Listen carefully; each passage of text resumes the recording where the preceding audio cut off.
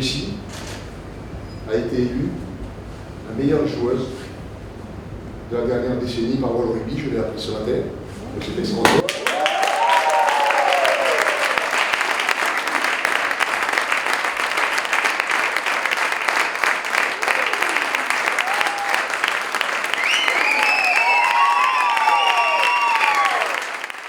Avec le recul, c'est vrai que je me dis, ouais, mais t'as commencé à 16 ans, au début c'était de l'amusement, après on se prend un peu au jeu, et puis petit à petit ben, on gravit un peu les échelons, enfin on fait, c'est formidable, enfin, je suis contente de tout ce que j'ai vécu, et ça n'a pas été simple, une carrière de sportif, c'est pas tout beau tout rose, il y a des moments difficiles où des fois, on a des petites contre-performances. Il faut aller chercher ce plaisir qu'on retrouve sur le terrain, des blessures qu'il faut retrouver, ce rugby que j'avais vécu avant et le jeu que je produisais avant. Donc voilà, c'est pas de l'acharnement, mais c'est beaucoup de boulot, c'est beaucoup de remise en question, c'est beaucoup de discussion aussi avec les personnes quand ça va bien ou quand ça va mal. Donc voilà, c'est vraiment un ensemble, tout le monde a œuvré autour de moi pour que j'en arrive ici. Hein.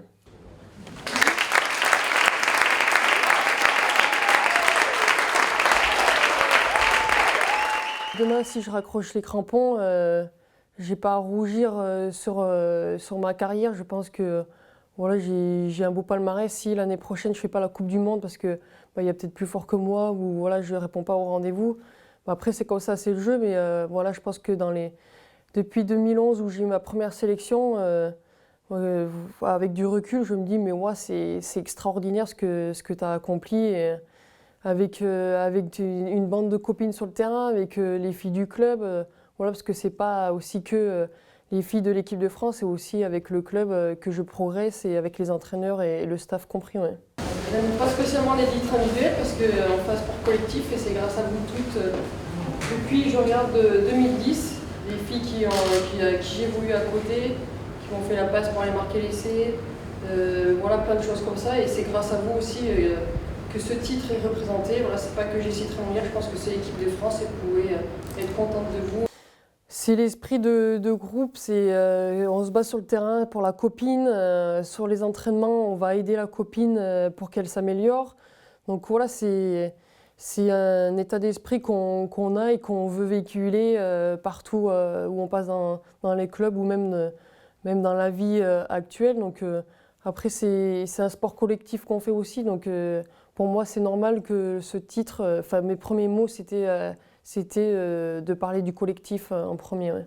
On a une certaine reconnaissance et ça je trouve que c'est grâce à vous, grâce à tout ce travail qui est effectué, toute cette volonté de vouloir bien faire, de donner une belle image de notre sport. Donc je crois que c'est vraiment un ensemble de choses. Beaucoup de choses ont changé, je me souviens de mes débuts.